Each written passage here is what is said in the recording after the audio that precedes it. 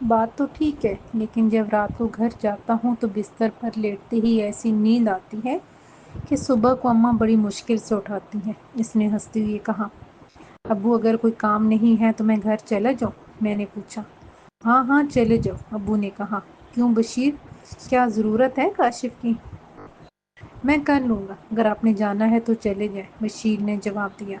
ابو نے مجھے 200 روپے دیے، میں گھر کی طرف چل دیا۔ آج کا دن مجھے بہت اچھا لگ رہا تھا۔ شاید کسی نے درست کہا کہ اگر اندر کا موسم خوشگوار ہو تو باہر کی تپتی ہوئی لو بھی بعد صبا کی مانند محسوس ہوتی ہے۔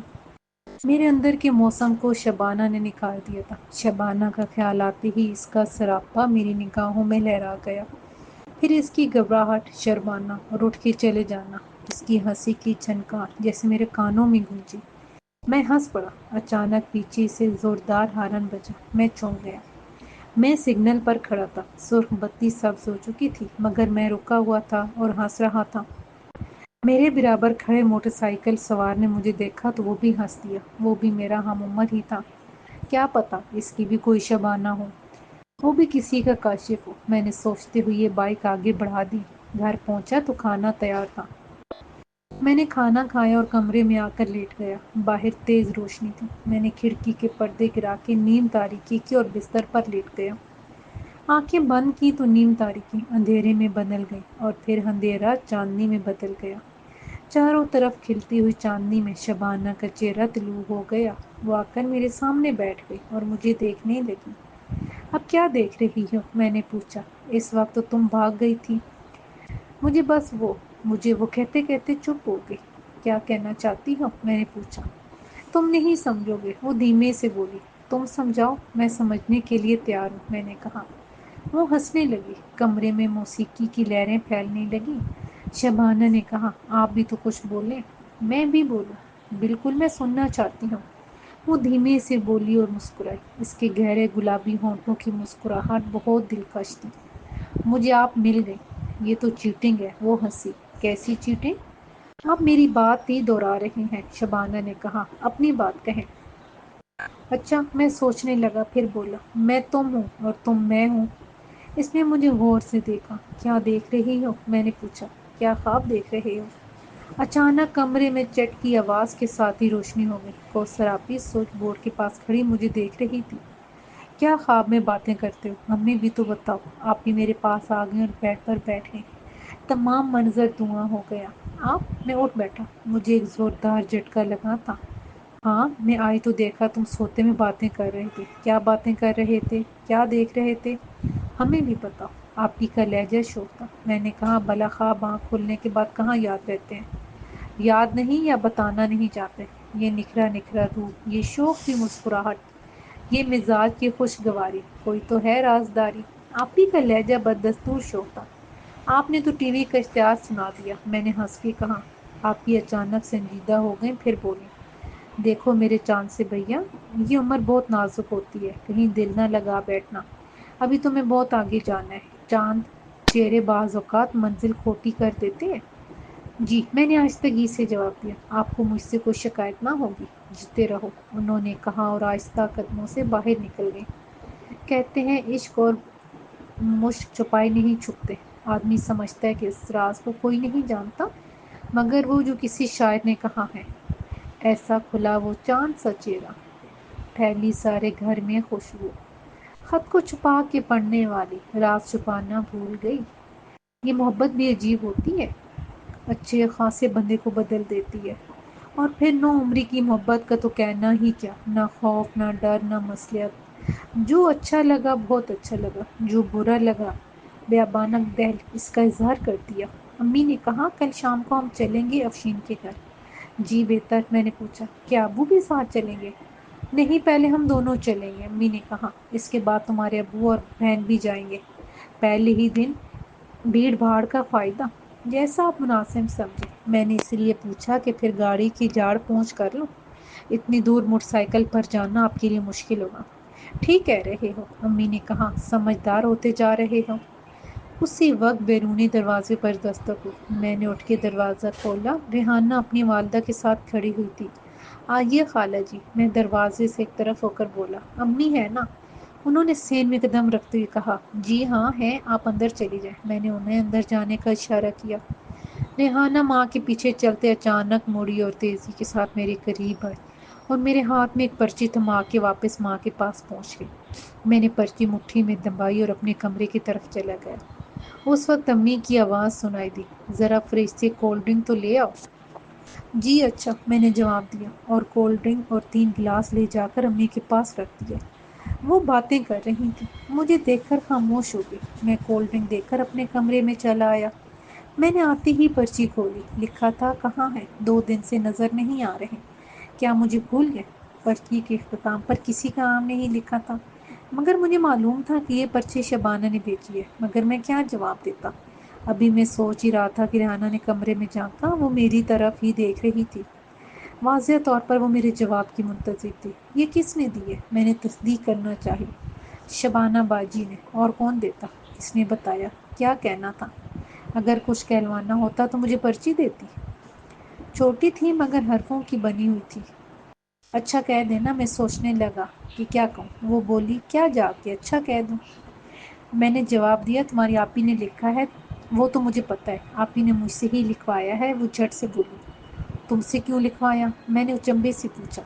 ان کی رائٹنگ بہت گندی ہے، اس نے اطمینان سے کہا، اس لیے تو فیل ہوتی ہیں۔ تم تو سمجھدار ہو، میں نے نرمی سے کہا۔ کہہ دینا کہ جو ہی فرصت ہوئی میں آؤں گا۔ شوکت کیسا ہے؟ شوکت بڑی کا بخار اتر گیا ہے مگر پڑھنے نہیں جاتا۔ ابو ٹھیک ہے؟ ماموں اپنے گھر واپس چلے گئے۔ رضوان آپی بس روتی رہتی ہیں۔ اس نے جواباً تفصیلاً رپورٹ پیش کی۔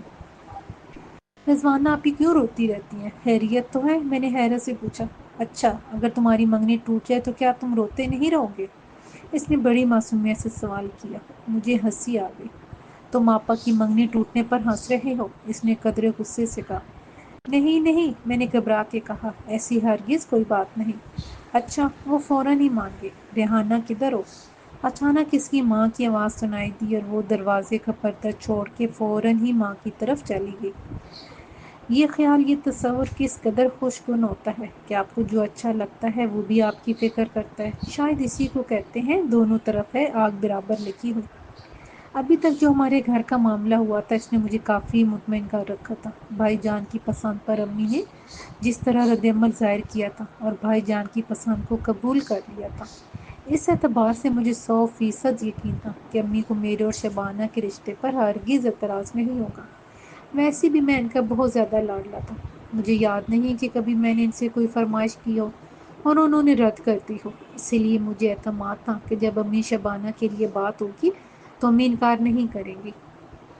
چند لمحوں کے بعد بیرونی دروازہ بند ہونے کی آواز سنائی دی۔ ریحانہ اور اس کی والدہ جا چکی تھی۔ میں اپنے کمرے سے باہر نکلا تو امی اپنے کمرے میں داخل ہو رہی تھی۔ میں بھی ان کے پیچھے کمرے میں داخل ہو گیا۔ امی اتنی گہری سوچ میں تھی کہ انہیں میرے پیچھے آنے کا پتہ نہیں چلا۔ وہ اپنے بیڈ پر جا کر بیٹھ گئی۔ ان کے چہرے پر تفکر کی لکیریں تھیں۔ میں نے پوچھا، امی خیریت تو ہے؟ آپ کچھ پریشان دکھائی دے رہی ہیں۔ امی نے سر اٹھا کر میری طرف دیکھا، ایک گہری سانس لی اور بولی، اللہ پاک کسی کو بیٹی کا غم نہ دے۔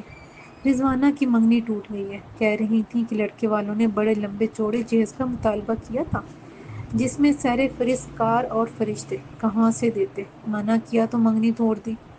نہ جانے لوگ رشتوں کو کاروبار کیوں سمجھنے لگے ہیں۔ بات تکلیف دہ تو ہے، لیکن آپ ہی تو کہتی ہیں کہ اللہ تعالیٰ ہر مشکل کے بعد آسانی پیدا کرتے ہیں۔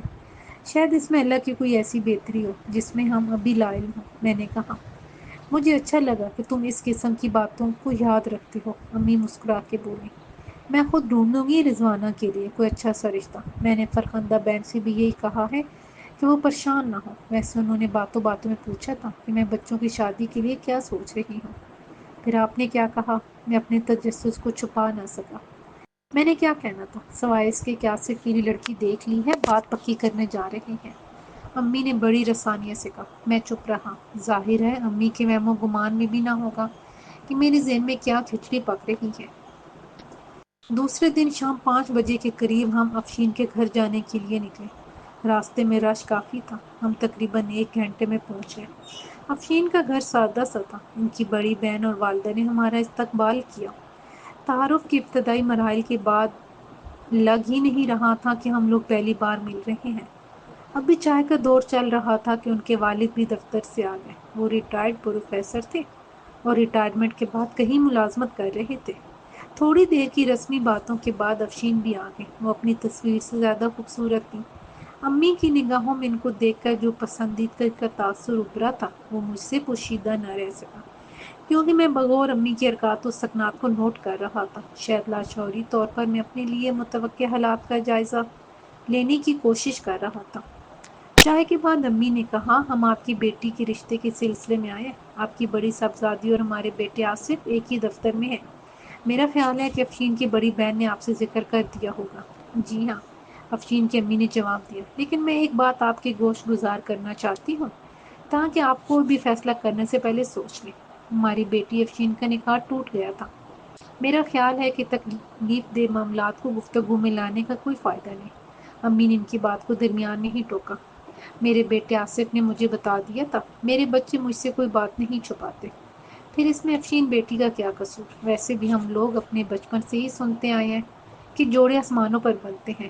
کبھی اجنبی لوگوں سے رشتہ جڑ جاتا ہے اور کبھی اپنوں کے گھر سے آئی ہوئی بارات واپس پلٹ جاتی ہے۔ امی نے بڑی متانت سے کہا۔ میں نے دیکھا کہ افشین بھابھی کے ابو نے منہ پھیر لیا۔ پھر وہ کھانستے ہوئے اٹھے اور ایک طرف جا کے انہوں نے اپنی آنکھیں یوں مل مل کے صاف کیں جیسے اپنے آنسو چھپا رہے ہوں۔ بہت شکریہ، افشین کی امی نے کہا۔ خالی شکریہ؟ بس ایک کپ چائے اور پلا دیجیے۔ امی نے مسکرا کے ماحول کو بدلا اور افشین بھابھی کی طرف متوجہ ہو کر بولی، افشین بیٹی ذرا اپنی اس ماں کے لیے چائے تو بنا لاؤ۔ افشین بھابھی ایک دم اٹھ کر باہر چلی گئی۔ امی نے کہا، بہن یوں سمجھ لیجیے کہ مجھے بہو نہیں بیٹی چاہیے۔ ایک بیٹی میں نے بیاہ دی ہے، اب دوسری بیاہ کر لے آؤں گی۔ آپ ہرگز جہیز کے معاملے میں پریشان نہ ہوں، اللہ کا دیا گھر میں سب کچھ ہے۔ وہ تو بیٹی کا نصیب ہوتا ہے، افشین کے ابو نے کہا۔ میری 2 بیٹیاں ہیں۔ بڑی بیٹی شادی کے 3 سال بعد ہی بیوہ ہو گئی تھی۔ اس کا ایک بیٹا بھی ہے۔ ہم نے چاہا کہ اس کی دوسری شادی کر دیں، مگر سنبل نے صاف انکار کر دیا۔ وہ اپنے بیٹے کے لیے اپنی زندگی وقف کر چکی ہے، لیکن اس کے باوجود زندگی کے کسی بھی موڑ پر اگر اس نے کوئی فیصلہ کیا تو ہم اس کے ساتھ ہوں گے۔ آپ بالکل فکر مت کیجیے، انشاءاللہ افشین بیٹی کو ہمارے گھر میں بہت محبت اور اپنائیت ملے گی۔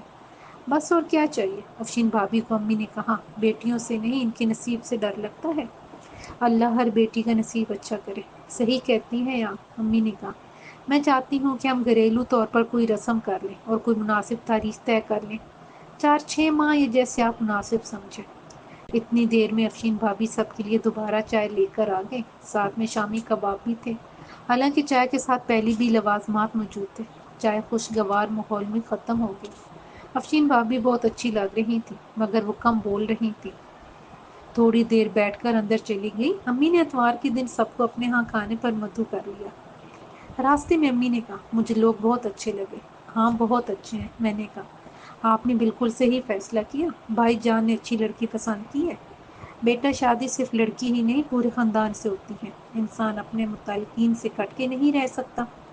لڑکی کے والدین اگر سلجھے ہوئے ہوں تو پھر ازدواجی جھگڑے اول تو سر نہیں اٹھاتے، اور کوئی بات ہوگی تو بڑی خوش اسلوبی سے نمٹا لیتے ہیں۔ لڑکی کے ساتھ ساتھ اس کے خاندان کی بھی پرکھ ضروری ہے۔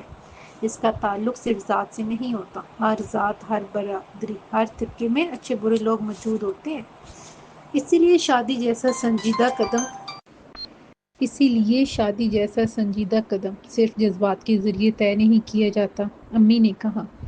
میں نے بیک ویب میرر میں دیکھا۔ امی میری طرف دیکھ رہی تھی۔ ایک لمحے کے لیے مجھے ایسا لگا جیسے امی یہ سب شبانہ اور میرے متعلق کہہ رہی ہیں۔ جی آپ صحیح کہہ رہی ہیں، میں نے جلدی سے کہا۔ گھر پہنچ کر دیکھا تو بھائی ٹی وی لانچ میں بیٹھے تھے۔ انہوں نے میری طرف استفہامیہ نگاہوں سے دیکھا۔ مجھے شرارت سوچی۔ میں نے برا سا منہ بنا کر کہا، کچھ کہہ نہیں سکتا کہ امی کا فیصلہ کیا ہوگا، ابھی تو وہ اپنے کمرے میں گئی ہیں۔ اچھا، بھائی جان کے چہرے کی سرخی یکدم غائب ہو گئی۔ وہ خاموش ہو کر صوفے پر بیٹھ گئے۔ ذرا دیر بعد امی ٹی وی لانچ میں داخل ہوئی۔ انہوں نے ہماری طرف دیکھا، پھر میری طرف۔ وہ سمجھ گئیں کہ میں نے کوئی شرارت کی ہے۔ آصف، انہوں نے صوفے پر بیٹھتے ہوئے آصف بھائی کو مخاطب کیا، کیا بات ہے، تم کچھ خاموش خاموش سے لگ رہے ہو؟ جی کچھ نہیں، آصف بھائی صوفے پر پہلو بدل کے آہستہ سے بولے۔ کیا تمہیں میرا فیصلہ منظور ہوگا؟ امی نے کہا۔ جی بالکل، آپ جو فیصلہ کریں گی میری بہتری کے لیے ہی کریں گی۔ آصف بھائی نے بلا توقف جواب دیا، مگر ان کی آواز میں افسردگی کا عنصر غالب تھا۔ تو ٹھیک ہے، امی نے غور سے دیکھتے ہوئے کہا۔ مجھے لڑکی اور اس کے گھر والے بہت پسند ہیں۔ جی؟ بھائی جان نے چونک کر انہیں دیکھا۔ چند لمحے انہیں جملے کی تفہیم میں لگے۔ ان کی رنگت ایک دم بحال ہو گئی۔ وہ تیزی سے اٹھے اور امی سے لپٹ کر بولے، شکریہ امی۔ اپنا سر امی کی گود میں رکھ دیا۔ اللہ تمہارے نصیب اچھے کرے، دونوں سدا سکھی رہو، امی نے دعا دی۔ بھائی جان نے امی کی گود میں سر رکھے رکھے مجھے گھورا۔ ان کی نظریں صاف صاف کہہ رہی تھیں کہ تم سے تو میں اچھی طرح نمٹ لوں گا۔ مبارک ہو، میں نے ہنس کر کہا۔ آپ کو نہیں چھیڑوں گا تو پھر کسے چھیڑوں گا؟ میں نے انہیں اتوار کو آنے کی دعوت دی ہے، دوپہر کے کھانے پر مدعو کیا ہے، تمہارے ابو کو بھی آسانی ہو جائے گی، وہ ذرا دیر کو آ جائیں گے اور مل لیں گے۔ امی نے سارا پروگرام طے کر دیا۔ بھائی جان کے چہرے پر بے پناہ خوشی تھی، مسرت سے ان کا چہرہ دمک رہا تھا۔ میں گھر سے دکان پر جانے کے لیے نکلا تو سامنے ہی شوکت نظر آیا۔ وہ سودا لے کر گھر میں داخل ہو رہا تھا، مجھے دیکھ کر رک گیا۔ کہاں ہو، اتنے دن سے نظر نہیں آئے، اس نے شکوہ کیا۔ میں تو آیا تھا، خالہ نے بلایا تھا بجلی کا بل بھرنے کو، پتہ چلا تمہیں بخار ہے، تم سو رہے تھے، میں نے اسے بتایا۔ آ جاؤ، باہر کیوں کھڑے ہو، اس نے کہا۔ میں نے کہا ویسے تو میں دکان پر جا رہا ہوں، چلو تھوڑی دیر تم سے گپ شپ ہو جائے گی۔ بہت مہربانی سرکار کی، شوکت ہنسا۔ شوکت کو ان لوگوں میں شمار کیا جا سکتا تھا جن کی بیرونی پرت سخت اور دل شکن معلوم ہوتی ہے، اگر انہیں سمجھ لیا جائے تو اندر سے بہت سادہ ہوتے ہیں۔ میں شوکت کے پیچھے پیچھے گھر میں داخل ہو گیا۔ شوکت نے گھر میں گھستے ہی آواز لگائی، سودا آ گیا ہے امی، کاشف آیا ہے۔ اف، آتے ہی آفت ڈالنے لگتے ہو۔ رضوانہ بالوں کی چوٹی باندھتے ہوئے کمرے سے نکلی، بغیر دوپٹے کی تھی۔ مجھے دیکھا تو ٹھٹک کے رک گئی۔ میں نے سر جھکا لیا۔ وہ تیزی سے پلٹ گئی۔ شوکت نے کہا، میں بڑے کمرے میں ہوں، کچھ بھیج دو۔ واضح طور پر اس کا اشارہ کھانے پینے کے اشیاء کی طرف تھا۔ میں نے کہا نہیں، کسی چیز کی ضرورت نہیں، میں ابھی گھر ہی سے نکلا ہوں۔ ارے تکلف کاہے کو کرتے ہو یار، تم سے ایک بہت ضروری بات کرنی تھی، وہ بولا۔ میں بڑے کمرے میں پہنچا تو شوکت کی امی وہاں موجود تھی۔ وہ مجھے دیکھ کر بولی، بیٹا آ جایا کرو، شوکت کی تمہارے علاوہ کسی سے دوستی نہیں ہے، ویسے بھی یہ کم ہی لوگوں میں گلتا ملتا ہے۔ جی ضرور، میں نے جواب دیا اور پینٹ کی پاکٹ میں ہاتھ ڈال کر ادا شدہ بل نکالا۔ بل میں نے جمع کرا دیا تھا، آپ کو دینے کا وقت نہیں ملا۔ کوئی بات نہیں، مجھے پتا ہے کہ تم ایک ذمہ دار لڑکی ہو۔ دوسرے کمرے سے آواز آئی، فرخندہ۔ فرخندہ یقینی طور پر وہ شوکت کے والد ہی ہو سکتے تھے۔ وہ ابھی آئی، کہہ کر دوسرے کمرے میں چلی گئی۔ کمرے میں اور شوکت اکیلے رہ گئے۔ میں نے پوچھا، تم کسی ضروری بات کا کہہ رہے تھے، بتاؤ کیا بات کرنی ہے؟ پہلے وعدہ کرو کہ تم کسی اور سے نہیں کہو گے، اس نے تمہید باندھی۔ تم مطمئن رہو، میں نے اسے تسلی دی۔ میں بات ادھر کی ادھر کرنے کا عادی نہیں ہوں۔ بات یہ ہے کہ پڑھائی میں میرا دل نہیں لگتا۔ سچی بات ہے کہ مجھے کتابوں سے وحشت ہوتی ہے، مگر ابا کی ضد ہے کہ میٹرک کر کے تو میری جگہ لگ جانا۔ مگر یار، میں ابا کی جگہ نہ کام کرنا چاہتا ہوں اور نہ ہی پڑھ سکتا ہوں۔ میں نے دیکھا ہے ابا کو دن رات محنت کرتے، اوور ٹائم کرتے ہوئے، مگر ہمارے حالات بد سے بدتر ہوتے جا رہے ہیں۔ میں چاہتا ہوں کہ تم مجھے کہیں کام دلوا دو۔ مجھے حیرت ہوئی، مجھے اندازہ نہیں تھا کہ ان کے حالات اتنے خراب بھی ہو سکتے ہیں، مگر قبر کا حال تو مردہ ہی جانتا ہے۔ میری سمجھ میں نہیں آیا کہ شوکت کی بات کا فوری طور پر کیا جواب دوں۔ وہ مجھے یوں دیکھ رہا تھا جیسے میں اسے کہوں گا، چل یار نوکری شروع کر۔ کیا بات ہے، تم خاموش کیوں ہو گئے؟ اس نے پوچھا۔ مگر تمہاری امی اور ابو، انہیں بتانے کی کیا ضرورت؟ اس نے میری بات کاٹتے ہوئے پرجوش انداز میں کہا، جب مہینے بعد 4 پیسے ان کے ہاتھ پہ رکھوں گا نا تو سارے اعتراضات ختم ہو جائیں گے۔ تمہیں کیا پتا امی کیسے کیسے جتن کر کے گھر چلاتی ہیں، کبھی سلائی، کبھی کڑھائی، اور کبھی کچھ کبھی کچھ۔ اس وقت شبانہ ایک ٹرے میں بسکٹ اور سکوش لے کر اندر داخل ہوئی۔ وہ ہلکے رنگ کے آسمانی سوٹ میں ملبوس تھی، جس میں اس کی گوری سفید رنگت دمک رہی تھی۔ اس نے مسکرا کے مجھے دیکھا اور ٹرے درمیانی میز پر رکھتے ہوئے بولی، مل گئی آنے کی فرصت؟ میں نے چونک کر شوکت کی طرف دیکھا۔ وہ پتہ نہیں کس سوچ کے عالم میں سامنے والی دیوار پر نظر جمائے ہوئے تھا۔ اب یہ تھوڑی دیر ایسے ہی رہے گا، شبانہ نے اطمینان سے کہا۔ 10-15 منٹ بعد پھر چونکے گا اور پوچھے گا کہ میں کیا کہہ رہا تھا۔ کیا مطلب؟ میں نے حیرت سے پوچھا۔ بھائی اللہ لوگ ہے۔ شبانہ نے پیار سے بھائی کو دیکھا اور میرے پاس بیٹھ گئی۔ میں نے آپ کو بلایا تھا، لیکن پتہ نہیں آپ میری مدد بھی کر پائیں گے یا نہیں۔ میری سوالیہ نگاہیں شبانہ پر جم گئی۔ دل دھڑکنے لگا تھا۔ یا اللہ، کون سا انکشاف ہونے والا ہے؟ بات کیا ہے؟ میں نے اسے تمید کو نظر انداز کرتے ہوئے پوچھا۔ آپ کے پاس وقت ہے؟ شبانہ نے پوچھا۔ تمہاری بات سننے کے لیے تو میرے پاس وقت ہی وقت ہے، تم کہو، میں نے جواب دیا۔ آپ کو معلوم ہے کہ رضوانہ باجی کی منگنی ٹوٹ گئی ہے؟ اس نے کہا۔ ہاں، میرا خیال ہے کہ شاید کوئی جہیز وغیرہ کا مسئلہ تھا۔ میں نے خیال ظاہر کیا۔ نہیں، اصل بات یہ نہیں تھی، بلکہ رضوانہ باجی کا منگیتر ذریعہ رضوانہ باجی کی بجائے مجھ سے شادی کرنا چاہتا تھا۔ شبانہ نے دھیرے سے کہا۔ کیا؟ میں اچھل پڑا۔ تم کیا کہہ رہی ہو؟ صحیح کہہ رہی ہوں، وہ بولی۔ ذراب نے پہلے رضوانہ باجی کو پسند کیا۔ وہ ہمارے پرانے محلے کے قریب ہی رہتا تھا۔ اس کی ماں نے بڑی منتوں سے رضوانہ باجی کا رشتہ لیا تھا۔ 2-4 بار گھر بھی آیا۔ ایک دن کہنے لگا کہ جانتی ہو میں نے رضوانہ سے کیوں منگنی کی؟ میں نے کہا مجھے کیا معلوم، ظاہر ہے تمہیں پسند ہے تو تم نے اپنی امی کو بیچ کے رشتہ لیا ہے۔ نہیں، یہ بات نہیں، اصل میں شادی تو وہاں کرنی چاہیے جہاں سالیاں خوبصورت ہو، تم نے سنا نہیں، سالی آدھے گھر والی۔ مجھے غصہ تو بہت آیا، مگر کیا کہہ سکتی تھی، سوائے اس کے کہ نظر انداز کروں، مگر اس کی بدتمیزیاں بڑھتی گئیں، حتیٰ کہ اس نے مجھ سے کہا کہ اگر میں اس سے دوستی نہیں کروں گی تو وہ منگنی توڑ دے گا۔ تو تم نے اس سے دوستی نہیں کی نا؟ میں نے احمقوں کی طرح پوچھا۔ اس نے مجھے اس طرح دیکھا جیسے میرے دماغی توازن پر شک کر رہی ہو۔ تو تمہارے خیال میں پھر کیوں منگنی ٹوٹی؟ سوری، میں نے خجالت سے کہا۔ اصل میں گھبرا گیا کہ کہیں تم نے اس سے دوستی نہ کر لی ہو۔ تو میں کیا میری دوستی میں کسی سے بھی کروں؟ وہ تجاول عارفانہ سے کلام لے کر بولی۔ مجھے فرق پڑتا ہے، میں تیزی سے بولا۔ کیوں؟ کیونکہ تم مجھے اچھی لگتی ہو، بہت اچھی، میں نے بے ساختہ کہا۔ اس کے چہرے پر ایک شرمندگی تاثر پھیل گیا، چہرہ گلابی ہو گیا۔ چند ثانیے وہ چپ بیٹھی رہی، پھر بولی۔ لیکن اب مسئلہ کچھ اور کھڑا ہو گیا ہے۔ وہ کیا؟ میں نے سوال کیا۔ امی کو یہ ساری بات معلوم ہو گئی ہے، میں نے انہیں بتا دیا تھا۔ امی خاموش رہیں، پھر انہوں نے فیصلہ کیا کہ وہ میری شادی کر دیں۔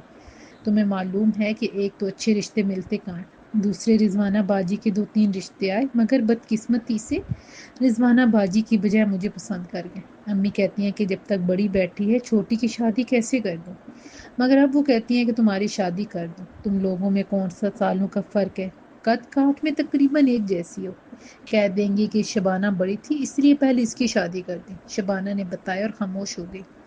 چند لمحوں کے لیے ہمارے درمیان خاموشی رہی۔ شوکت اسی طرح دیوار کو تکے جا رہا تھا۔ پھر تم نے کیا فیصلہ کیا؟ ہم لڑکیاں کیا فیصلہ کر سکتی ہیں؟ اچانک اس کے لہجے میں تلخی تر آئی۔ میں مر جاؤں گی مگر اس ریش سے شادی نہیں کروں گی۔ شادی؟ میں یوں بتکا جیسے گھوڑا چابک کھا کے بتکتا ہے۔ تمہاری شادی؟ ہاں، اس نے کہا۔ جو ماموں تم نے دیکھی ہیں ان کا لڑکا، موٹا کالا پیدا ریچھ کی طرح، چھوٹی چھوٹی آنکھیں، موٹے موٹے بھاری ہاتھ، مجھے تو اس کے تصور سے ہی خوف آتا ہے۔ شبانہ نے ایک جرجری سی لی۔ پھر تم کس سے شادی کرو گی؟ میں نے پوچھا۔ اس نے مجھے یوں دیکھا جیسے اسے یقین نہیں آیا کہ میں اس سے ایسا سوال کر سکتا ہوں۔ چند لمحے وہ مجھے ایسی ہی دیکھتی رہی، پھر جیسے اس کی آنکھوں میں پانی سا بھر گیا، اس نے بہت آہستگی سے کہا۔ ٹھیک ہے، بہت دیر ہو گئی ہے، تمہیں جلدی جانا ہوگا، تم تو کان پر جا رہے تھے نا؟ میں معافی چاہتا ہوں، میری سمجھ میں نہیں آیا مجھے اس موقع پر کیا کہنا چاہیے، بس بے تکی بات منہ سے نکل گئی، معاف کر دو۔ میں نے بہت جذباتی ہو کر کہا اور اس کا ہاتھ تھام لیا۔ خدا کے لیے، وہ ہولے سے مسکرائی۔ اس نے بے حد آہستگی سے اپنا ہاتھ چھڑایا، پھر بولی۔ پہلے اپنی امی سے میرا ہاتھ تھامنے کی بات تو کرو۔ اچھا، میں جیسے اچانک پرجوش ہو گیا۔ تم فکر مت کرو، میں کچھ نہ کچھ ضرور کروں گا۔ اس نے گردن ہلائی، اس کے ہونٹوں پر مسکراہٹ پھیل گئی۔ وہ بولی۔ کاشف، تم مجھے اچھے لگتے ہو، میں تمہارے ساتھ زندگی گزارنا چاہتی ہوں، پلیز خالہ جی سے بات کرو۔ میں نے اس کا ہاتھ تھپتھپایا۔ میں بھی تمہیں پسند کرتا ہوں، فکر مت کرو، سب اچھا ہی ہوگا۔ میں نے اس کو بھرپور تسلی دی۔ کیا اچھا ہوگا؟ شوکت نے اچانک میری طرف دیکھ کر پوچھا۔ اس کے اچانک سوال نے مجھے چونکا دیا، مگر میں نے فوراً ہی سنبھلتے ہوئے کہا، وہی جو تم کہہ رہے تھے۔ میں کیا کہہ رہا تھا؟ اس نے یوں پوچھا کہ جیسے اسے کچھ یاد نہ ہو۔ تم نوکری کا کہہ رہے تھے، میں نے اسے یاد دلایا۔ اچھا اچھا، اس نے کہا۔ تم کھڑے کیوں ہو، بیٹھو نا۔ نہیں، مجھے دیر ہو رہی ہے، ابو دکان پر انتظار کر رہے ہوں گے، میں نے جواب دیا اور باہر نکل آیا۔ میں سیدھا دکان نہیں گیا، راستے میں ایک جوس کارنر میں بیٹھ گیا۔ مجھے کیا کرنا چاہیے، میں نے سوچا۔ ابھی تو بھائی جان کی شادی نہیں ہوئی، پھر میں بھی ابھی پڑھ رہا ہوں، سب سے چھوٹا ہوں، میں کس طرح امی سے بات کروں؟ مگر شبانہ مجھ سے چھن جائے گی۔ یہ خیال مجھے بری طرح کچوکے دے رہا تھا۔ میری سمجھ میں نہیں آ رہا تھا کہ مجھے کیا کرنا چاہیے، کون سی راہ اپنانی چاہیے۔ امی جان مان جائیں گی، سوال ہی پیدا نہیں ہوتا۔ یہ ایک ایسا معاملہ تھا کہ جس میں مجھے کوثر آپی، آصف بھائی سے مدد لینے کی امید نہیں تھی۔ پھر کیا کروں؟ کون مدد کرے گا؟ کس سے مشورہ کروں؟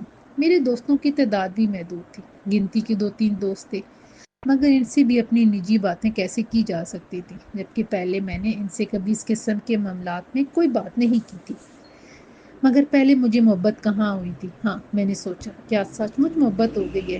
بعض اوقات انسان خود اپنے جذبات کی تفہیم نہیں کر سکتا۔ محبت اور نو عمری کی محبت کا یہ پہلا تجربہ تھا، اور میں حیران تھا۔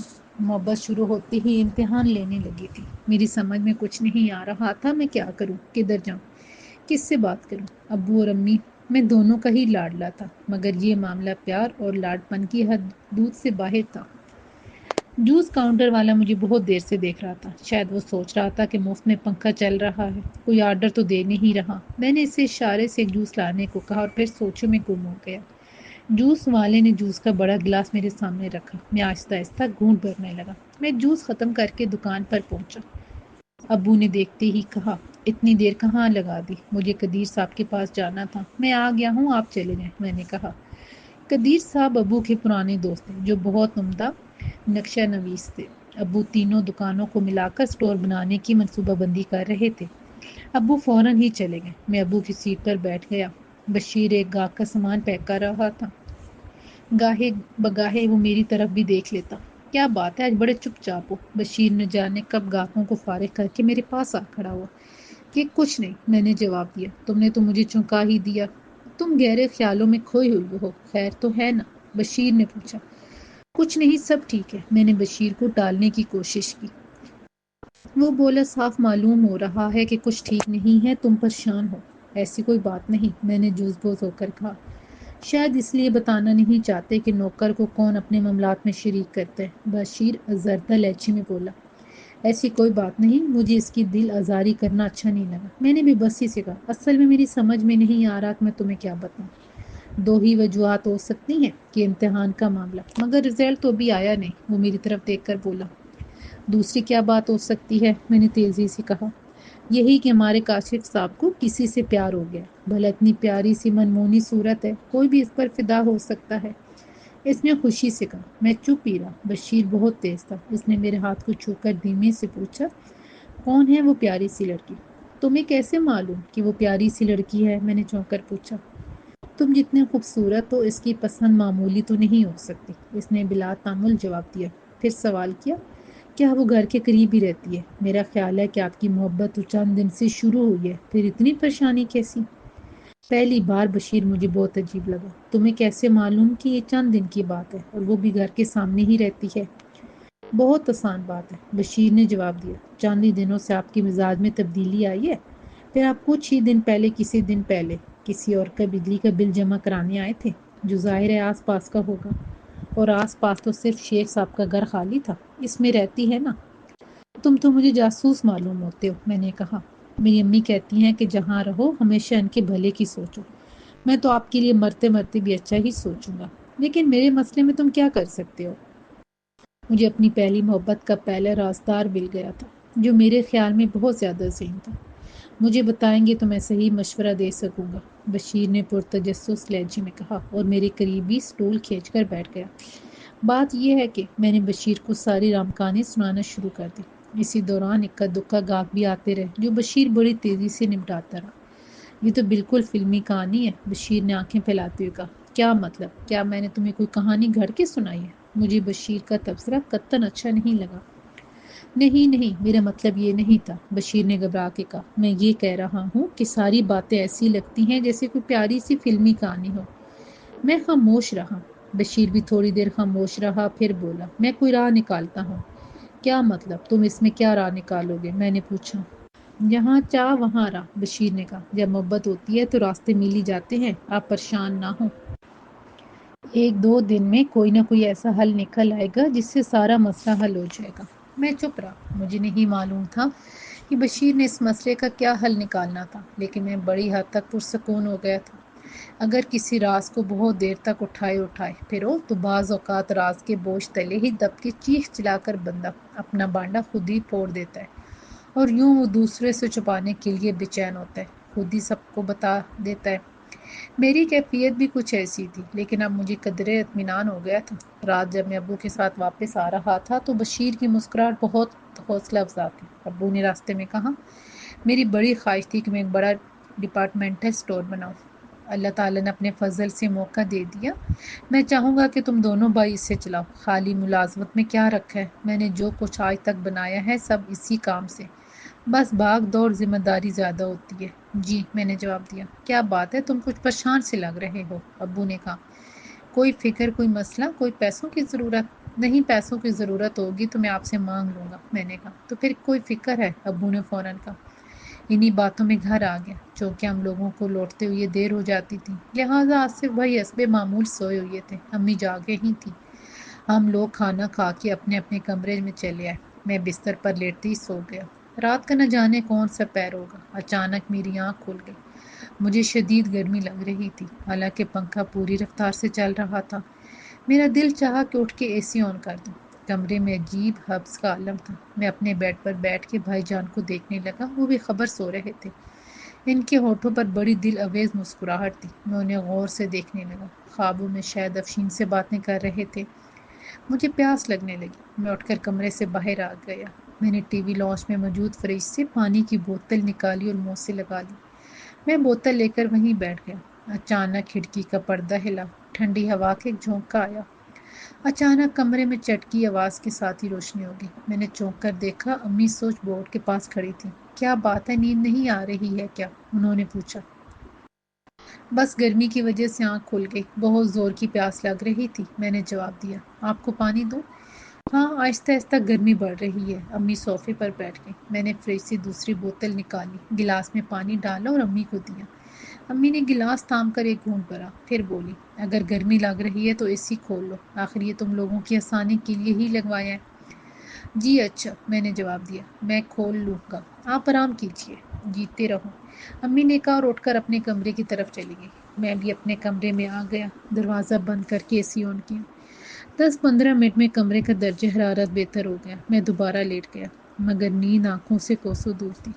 جب بھی آنکھیں بند کرتا، شبانہ کا سوالیہ چہرہ نظروں کے سامنے آ جاتا۔ کمرہ ٹھنڈا ہونے کے باوجود گرمی کا احساس موجود تھا، شاید میرے اندر کوئی الاؤ بھٹک رہا تھا۔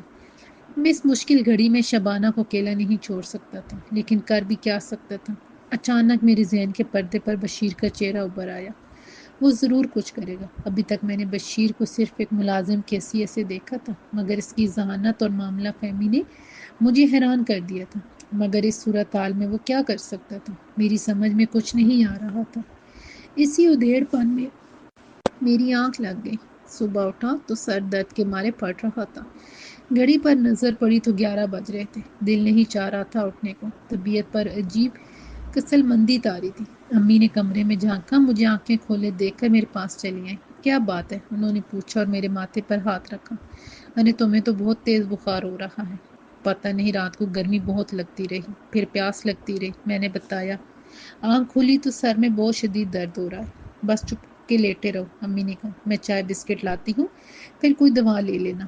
میرا خیال ہے رات تم نے اے سی کھولا اس لیے ٹھنڈا گرم ہو گیا ہے۔ امی نے رائے ظاہر کی اور تیزی سے باہر نکل گئی۔ تھوڑی ہی دیر گزری تھی کہ بیرونی دروازے پر دستک ہوئی، ساتھ ہی آواز اٹھی، خالہ جی دروازہ کھولیں، میں ہوں ریحانہ، آ جاؤ۔ امی کی آواز سنائی دی اور چند ہی لمحوں بعد دروازہ کھلنے کی آواز آئی۔ ریحانہ کا اتنی صبح کیا کام، میں نے سوچا۔ اتنی دیر میں امی چائے بسکٹ لی ہوئی اندر داخل ہوئی۔ ان کی پیچھے پیچھے ریحانہ بھی تھی۔ چلو ذرا ہاتھ منہ دھو لو، پھر چائے کے ساتھ بسکٹ کھا لو تو تمہیں میں دوا دوں، امی نے چائے بسکٹ سائڈ ٹیبل پر رکھتے ہوئے کہا۔ میں خاموشی سے اٹھ کر غسل خانے کی طرف چلا گیا۔ منہ ہاتھ دھو کر واپس آیا تو ریحانہ بددستور امی کے ساتھ بیٹھی باتیں کر رہی تھی۔ میں اپنے بیڈ پر جا بیٹھا اور چائے میں بسکٹ ڈبو کر کھایا۔ سارا بسکٹ شدید تلخ محسوس ہوا۔ میں نے آدھا بسکٹ کھایا، بس خالی چائے پی لوں گا، سخت کڑوا لگ رہا ہے۔ میں نے منہ بنایا۔ اب تم بچے نہیں رہے، بڑے ہو گئے ہو، اس لیے اپنے اوپر قابو پانا سیکھو، امی نے پیار بھری سرزنش کی۔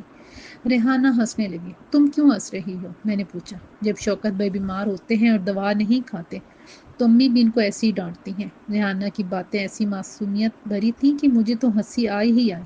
امی بھی ہنس پڑی۔ بیٹا آپ چائے پیتی ہیں؟ آپ کے لیے لاؤں یا دودھ پتی پیتی ہو؟ امی نے پوچھا۔